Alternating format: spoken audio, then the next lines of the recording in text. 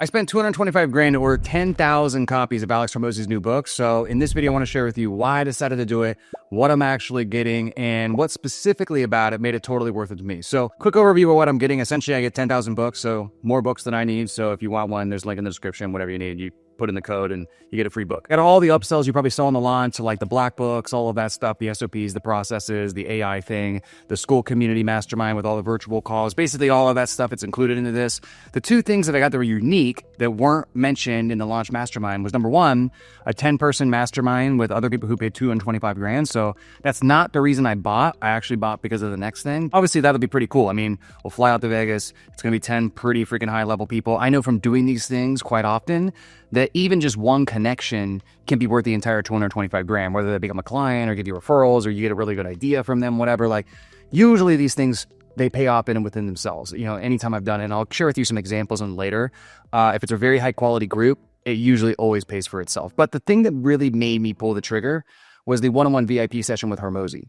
And the reason I really wanted to do that was actually a few reasons. So number one is it's just an opportunity to really model somebody who's exactly like my business. I've done a lot of different one-on-one consulting and one-on-one coaching. Oftentimes, like, you know, and sometimes they've been with billionaires or people who are like multiple nine figures. The problem is a lot of times is they just don't quite understand all of the context and exactly what your business model is nearly as well as you do. Like they can only tell you what's true from their own experience. Okay, so like if I'm talking with somebody who's from the SaaS world, even if they build a $1 billion company, they're not going to understand like how I'm doing outbound sales. They're not going to understand how I'm doing inbound sales and kind of the high ticket world and the info world and the nuances and how it works. Doesn't mean their advice can't be valuable. And in fact, I'll share with you later somebody I did get consulting from outside of the industry who gave me an amazing idea. Only could have came because he was outside of the industry.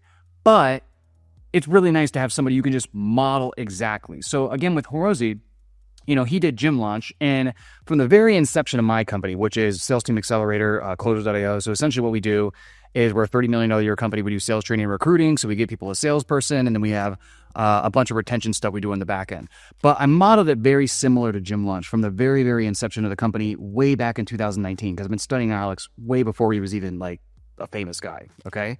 And so with Gym Launch, they bring people in for leads, but what they're really trying to do over the long term is convert this person from, okay, I just want leads, to then looking at Gym Launch as the playbook they want to run their business out of. And once you can make that conversion, the LTV goes through the roof. That's part of the reason why, you know, Alex mentions his LTV to CAC was like 50 to 1 or whatever. It's because his back end was so huge. Well, I run my business the same exact way. They come in for a salesperson, whether that's a setter or closer, whatever.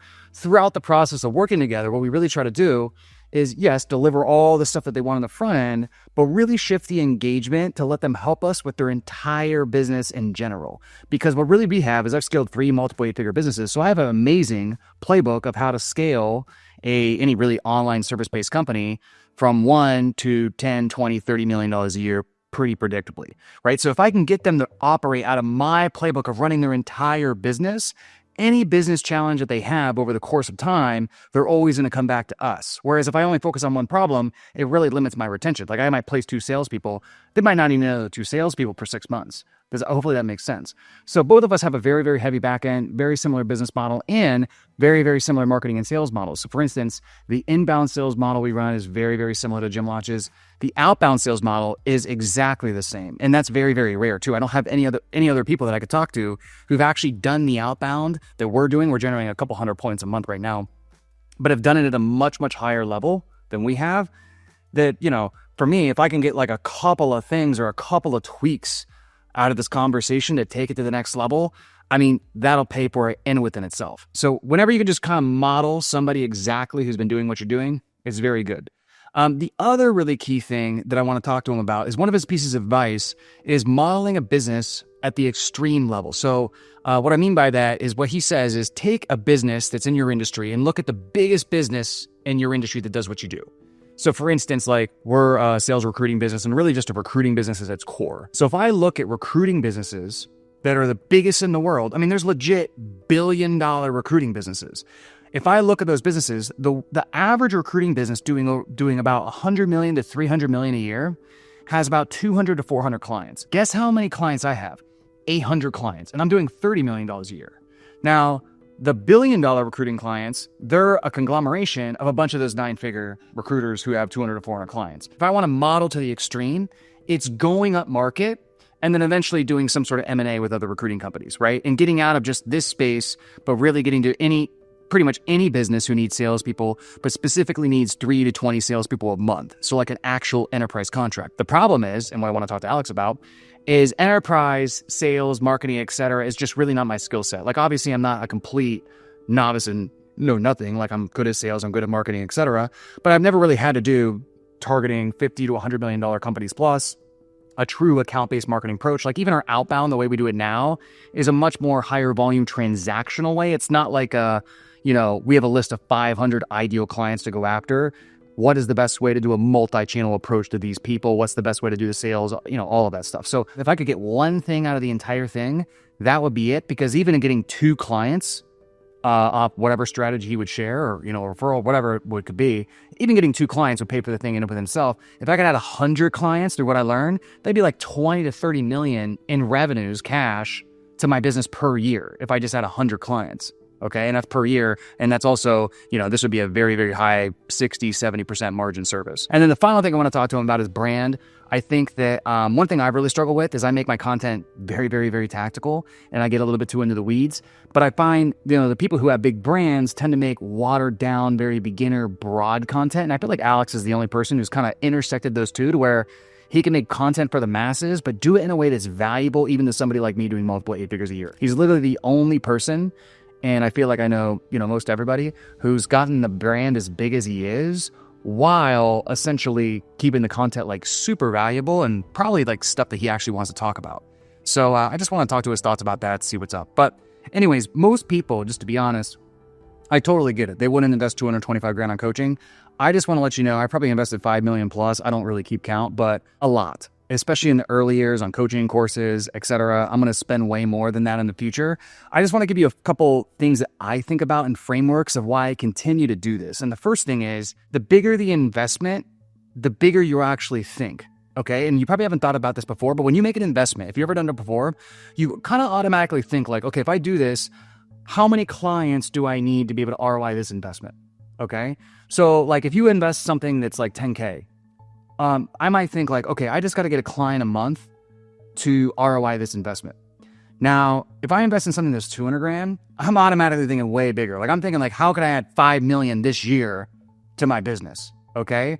So, I originally kind of realized this when I paid 150 grand to patch up at David. So I met him in person and essentially it was really funny. This is actually the example I was alluding to earlier where he doesn't necessarily come from my industry. So I was trying to explain to him the contacts, how my industry worked and everything. And he literally looked at me like I was a complete idiot and could not understand why I wasn't just doing enterprise contracts and moving up market. And I tried to explain to him my niche, my industry, well, this, that, we kind of work with these people. We do it. He just didn't get it. And after trying to explain it to him, I just stopped and I realized like the fact that he doesn't get it is the value. Like, why am I not doing that? Which ever since I realized that, I've really been planning on launching that hopefully in Q4 as our enterprise division. Okay, so that's a big thing as well. The second big key theme is relationships. So the best connections I've had in my life and in business, I paid for them. Okay.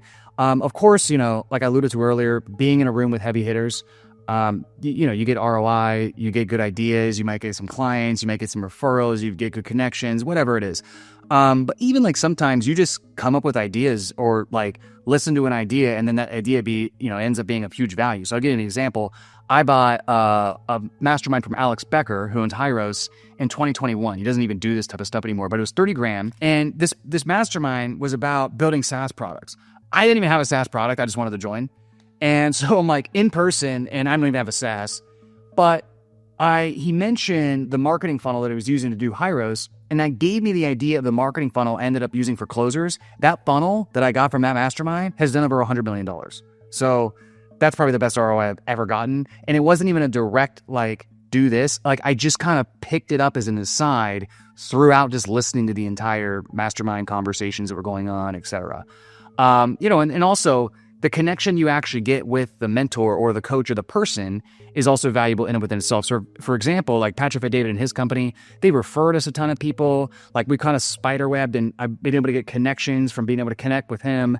So there's just a ton of other stuff that when you get access to those people who are ahead of where you are, you don't just get that connection, you can also get a lot of other connections as well. And then the third thing that is really, really key about coaching is a lot of people will say, oh, well, you paid 225 grand for information that you could just get in a book. You got scammed. Well, it's like, I totally realized that we could have this coaching call and everything that he would tell me is literally shit that's in his YouTube videos or in his books. Okay? But sometimes, and this is a Hormozi quote, sometimes we need to be reminded more than we need to be taught. A lot of times, like I'll do coaching or a program or I'll be at a mastermind and I'll think of an idea that I had thought of before and never implemented, but finally made the connection. It lit a fire in my ass. And then I'm like, boom, I implement it and it gets huge results. Sometimes like, I think I get reminded of something that I used to do and for some reason forgot to do. Like, a certain process with our setters or something like that, where we used to do it. And then, through a change of different managers and whatever, we just kind of forgot to do it. And then we get back to doing it. It's an increase in revenue. So I'll give you a few examples of that as well. When I met with Patrick Bet-David, within the first 30 minutes, he was like, you need a CMO in your company. Like 100% to get to the next level, you got to have a CMO. When he told me that, I knew I needed a CMO, but I had kind of been going slow. Like I was dragging my ass with it a little bit, but boom, I made that connection in the meeting within 60 days. I had a CMO. That CMO really helped us in, I think this was like 2022, go from 30 million a year to like 50 million a year with the companies in the portfolio we had at the time. Same thing with the funnel that I got from Alex Becker's mastermind that did over 100 million. I actually knew what that funnel was long before I went to that mastermind. Like I had known about it for a long time. But when I was there, I finally made the connection of, yeah, even though that funnel's for SaaS, I bet that would work amazing for my company. And then boom, made the connection, implemented it, whatever. So I don't necessarily look for new ideas. If I can just leave the thing and end up implementing stuff, even if it's stuff I already knew, that ends up getting results in my business, I don't care. It's an ROI on my investment. So that's it for this video. If you want to know my exact blueprint of how I took my company from 0 to 8 figures and how you can too, go to this video right here.